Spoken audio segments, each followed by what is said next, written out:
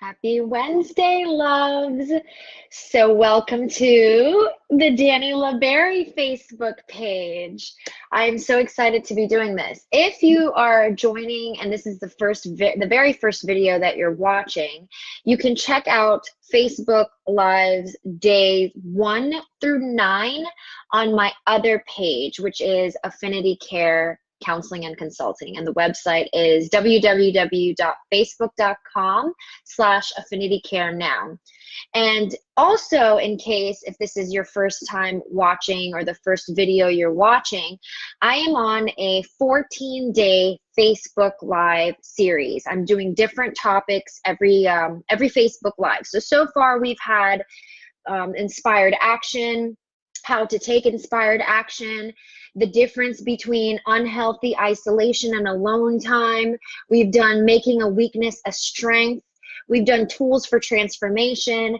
And the point that I'm doing is so I've got a couple things going on. One thing is I'm making a transition from Affinity Care Counseling and Consulting to building my brand, Dani LaBerry.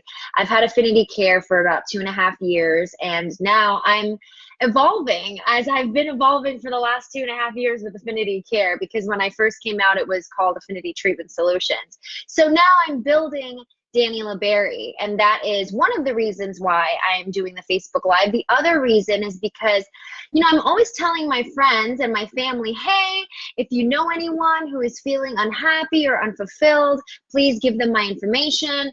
Well, I realized that people don't know or have not experienced what it is like to have a coaching session or a therapy session with me. So I figured this is a great way for people to experience that.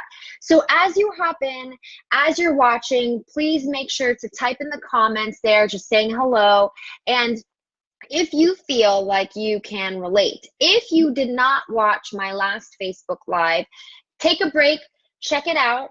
It was yesterday, and it was on how do I know if I'm a people pleaser. So I gave some identifiers for people to be able to tell, am I a people pleaser or maybe not? And if you were, or if you did identify, this Facebook Live is going to piggyback on the things that we talked about in that last one. So if you haven't seen that one yet, go back. It's on my other page, which is facebook.com/affinitycarenow.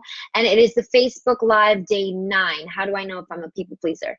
All right, so now that we've gotten all that out of the way, I'm going to go ahead and jump into the one for tonight. So say that you watch that video and you do realize that you are a people pleaser. There are some things to be mindful of. If you do not address the people pleasing habits, and by the way, I want to remind you that I'm coming from a place of having been a people pleaser myself. So everything that I'm sharing right now are things that I have been experiencing and have experienced in the past and had to work through. So one of the first things you'll notice is that if you tend to people please, it's gonna wear you out. You're gonna start neglecting yourself. You're gonna start not putting as much time into self-care because you're putting a lot more time into pleasing other people and making sure that you're staying committed to the things that you told them you would. The second thing is resentment. So noticing that, so let me go back. So I'm a people pleaser, now what is the topic? So the first one is neglecting yourself. Now what? Making sure that you're taking care of yourself, putting time into making yourself happy. The second thing is resentment. Notice that it's interesting how, so last year I really committed to working through being a people pleaser. And hi, Wendy, thanks for joining. I'm so glad that you came in. I was worried that people would not know to come to this page. So thank you for joining in.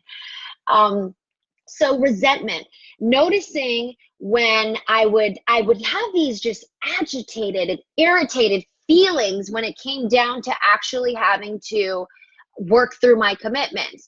So I'll give you an idea. And if you're watching this and you're into personal growth and development and you're familiar with trainings such as Landmark and Gratitude, last year in the winter and into the spring, I was having issues with a relationship I was in. It was impeding on my business. I fell into a deep depression. I was doing gratitude training, which is a very intense training, as well as landmark. All of these things I was doing at the same time, not to mention I also had personal responsibilities. Like I needed to take care of a dog. I needed to make sure I was seeing my family, because after a while I wasn't spending time with my family as much. And I noticed that I couldn't imagine, or I couldn't guess why I was feeling resentful, but I knew that I was feeling resentful. And that was because I was saying yes to everything instead of knowing when I should say no and when I should say yes. So being mindful of resentment, being mindful of things that you're committing to. The next thing is, hi, Jeff. Hi, Michael. Thank you guys for joining me.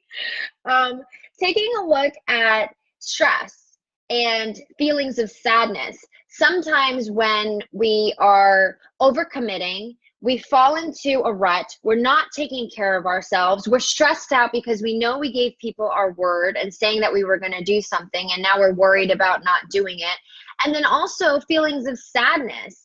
Because all of this now has become such a mountain, right? So taking a look at when you're saying yes, what are you saying yes to? Do you really want to say yes to that, or do you actually want to say no?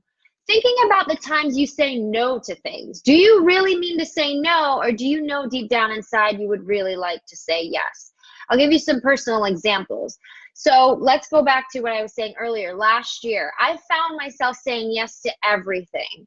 And I wasn't really saying no to things because I didn't want to let people down. And then also on top of that, because I didn't want to let people down, I was saying no to things I really wanted to say yes to.